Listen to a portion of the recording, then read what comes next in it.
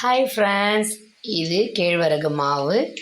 முதல்ல அடை செஞ்சேன், அதை நான் வீடியோவில் போடுறேன் பாருங்கள். இது பார்த்திங்கன்னா அதே கேழ்வரகு மாவு தான், அதே முருங்கைக்கீரை வெங்காயம் அதுக்கு பிசைஞ்ச மாவே தான் ஃப்ரெண்ட்ஸ். இந்த மாதிரி சின்ன சின்னதாக பக்கோடாவும் போட்டு செய்யலாம், நல்லாயிருக்கும். நல்லா மொறு மொறுன்னு கிறிஸ்பியாக இருக்கும். நல்லா சாப்பிட்டு பாருங்கள் செஞ்சு. சூடாக சாப்பிட்டா எப்பயுமே நல்லாயிருக்கும் ஃப்ரெண்ட்ஸ். சூடாக சாப்பிடுங்க. இங்கே பாருங்கள்,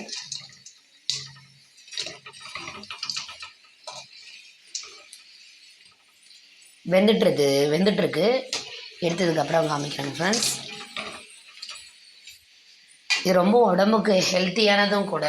நீங்கள் அடிக்கடி செஞ்சு கொடுக்கலாம். மாவு வாங்கிட்டு வந்து வச்சுக்கோங்க, சூப்பர் மார்க்கெட்டில் விற்கிது பாக்கெட் மாவு. இல்லைன்னா கேழ்வரகு வாங்கிட்டு வந்து கழுவி காய வச்சு அரைச்சியும் வச்சுக்கலாம்.